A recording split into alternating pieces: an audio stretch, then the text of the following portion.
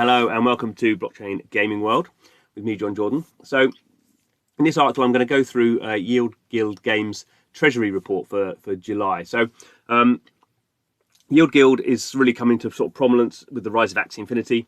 But Yield Guild is actually much more than Axie Infinity, even though the majority of its sort of activity is based around Axie Infinity, which is obviously because Axie Infinity is the most popular, most valuable blockchain game at the moment. But more interestingly, I guess over time, we'll see more of these sort of guild systems setting up. And Yield Guild is across, I think, about a dozen games now. So even though it mainly focuses on people playing Axie Infinity, it has assets in a whole bunch of other games. It's raised VC money. It started to deploy that VC money by buying NFTs from some of these games which haven't even launched yet, but it's sort of got involved in pre-sales and been buying things. And obviously, because it has a fairly large community, it can sort of also become an investor in these games more formally, because it can say, well, we've got thousands of users, potentially tens of thousands of users in future, and we're going to get them to play your game. So it's sort of interesting thing that you couldn't really do without blockchain, because you could sort of have big guilds before, but how could guilds sort of get how could they be sort of paid to come into games? How could they make money from that in a sort of fair way? So it's they're very much the sort of the first example of, I think, what will be a fairly substantial sort of sector, really, because guilds are massive in gaming, and now you can have guilds across multiple games. So that'd be really interesting. Anyway, so as these blockchain kind of, is what we call it a DAO, a decentralized autonomous organization. So it's sort of like a legal entity, but it doesn't have it's just geographically kind of spread around, and it has people who are members of that, normally done through a token system, and then it also has assets, which are a treasury, and these are blockchain assets, NFTs, and tokens, which it can deploy in different ways. The users can generally sort of vote on how they deploy those. So we see this treasury report is sort of like it's almost like a financial report of what Yield Guild has in its various wallets. And it's interesting to see this, I guess, because it also shows how quickly this sort of stuff blows up. So just a bit of kind of funding stuff. So in July, Yield Guild has a token called the YGG token, and they did a sort of a public sale, sold $12.5 million via SushiSwap. I think, as everyone tends to be these days, they were really surprised about how quickly this sold out, and it wasn't a very good distribution because some big VCs, I think, came in and bought most of the assets. But anyway, let's kind of just go through this quickly. So scholarships, I won't go into a lot of detail there. That's just a way of allowing people to play Axie Infinity without owning the assets. So Yield Guild now has over 4,000 or 4,600 scholars. Philippines, Indonesia, these sort of places, these sort of what we call developing countries, I suppose, where people generally can't earn Western style wages through their sort of local jobs, and they can't really the kind of international jobs, maybe call centers, stuff like that. They can earn more than they could locally, but they still can't earn at Western levels. And this is proving very useful, interesting now, because people can now start earning kind of Western levels of wage, whether it's their total salary or partial salary.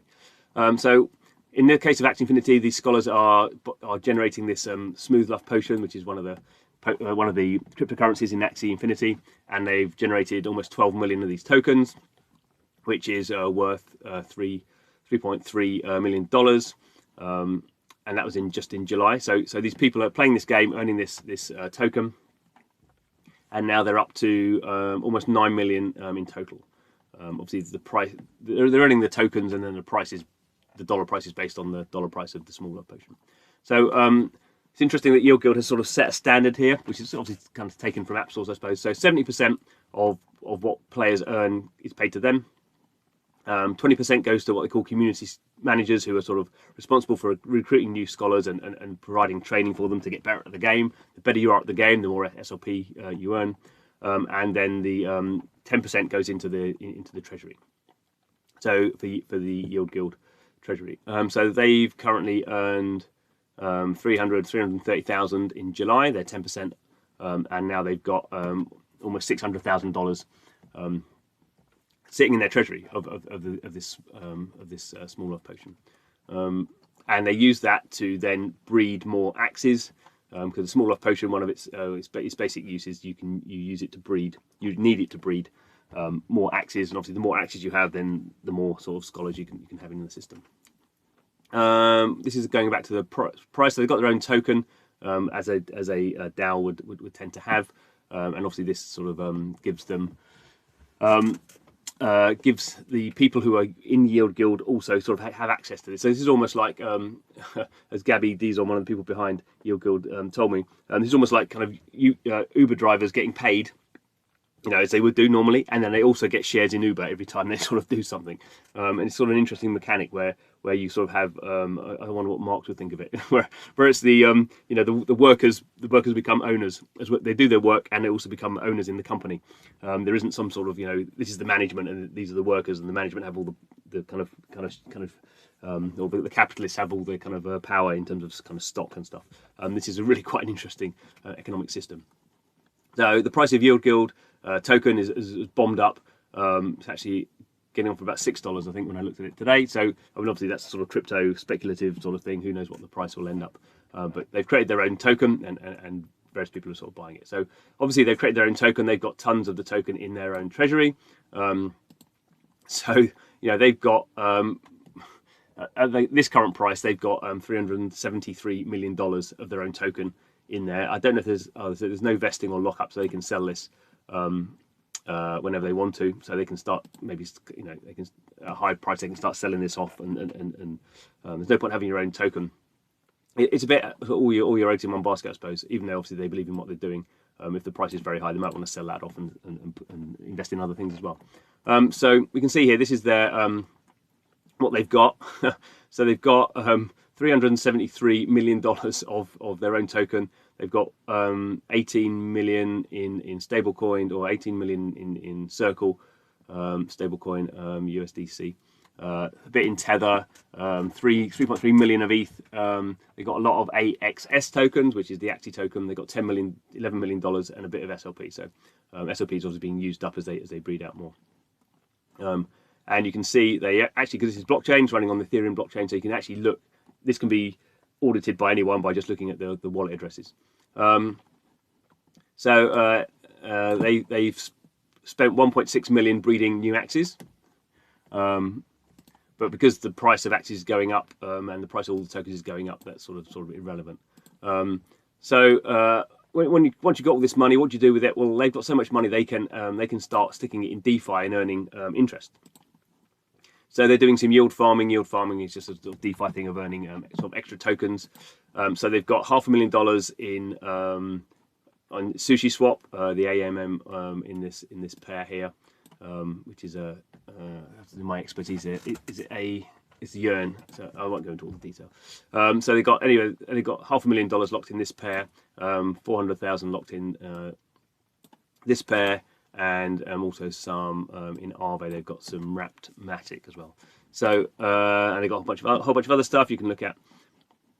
So this is just their token stuff, and it's partly because they're early and the price of tokens is all bombing up everywhere. So they sort of lucked into this stuff that they're holding some of the their own tokens doing really well. Anything with Axie is doing really well, and ETH doing really well. So but you can kind of start to see that this sort of, to a degree, what was 6 months ago, sort of a kind of conceptual idea from some people in the Philippines is now, what's this? This is has $400 million worth of value in there, and this is the sort of thing with blockchain. First mover advantage is massive in the right sort of environment. So in a bull market, timing is to a degree sort of everything, but you can see the value of some of these tokens like 10x, 100x, in very short periods of time. You get in there quickly.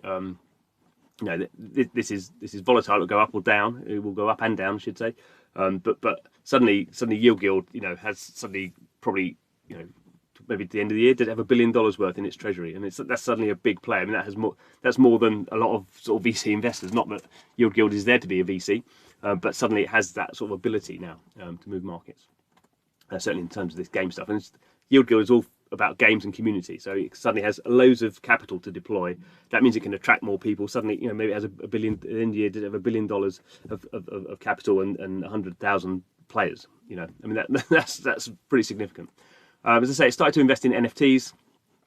So let's have a look what it's got going on here. Don't know what all these are. So it's obviously got a load of axes, $6.6 million of axes. It's got $2.3 million of axie land. It's got not very much sandbox land, but some sandbox land, 180 lands there. I think they also got given some. Zed Run is a sort of horse breeding and gambling game. Ember Sword is a RPG, got some land there. F1 Delta Time is a F1 racing game, got some assets there. League of Kingdoms is a sort of a 4X mobile browser game, so got a whole bunch of land in there. You can actually earn some sort of interest from that. Cometh Ships is a sort of kind of slightly weird DeFi game. Splinterlands, they've done a deal with them, so they got a whole bunch of packs and land.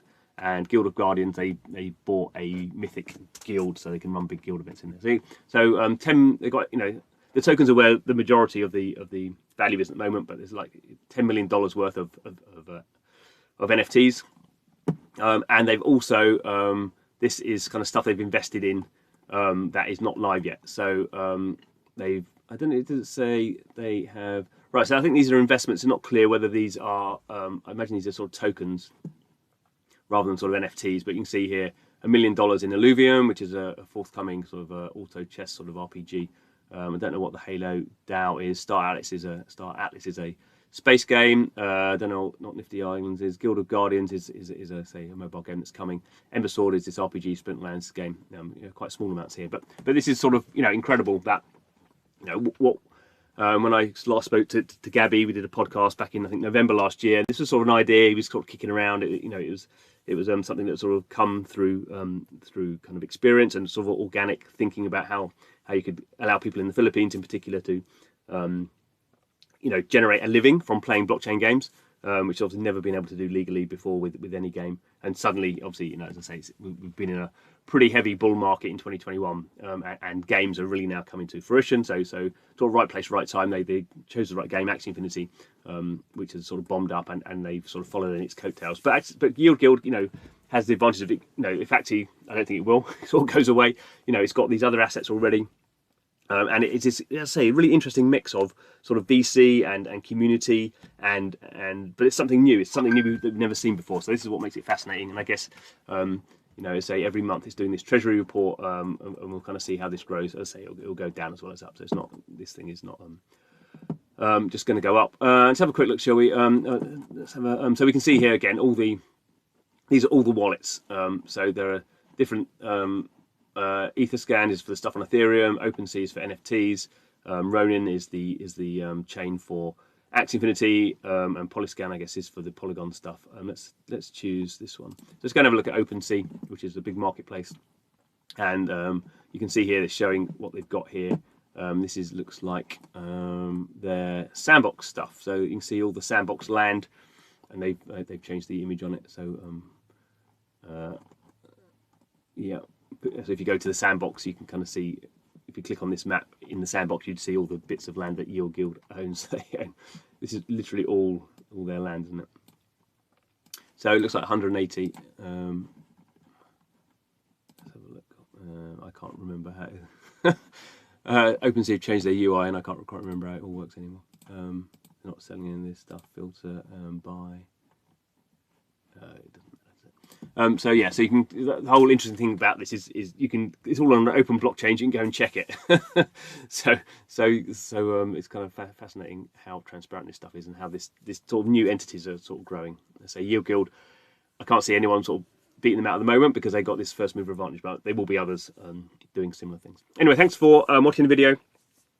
I hope it sort of made sense. This stuff is complex, and it's a very new sort of sector. But I hope you find the videos useful, educational, and all that sort of stuff. Please subscribe if you do. But thanks for watching, and see you again soon.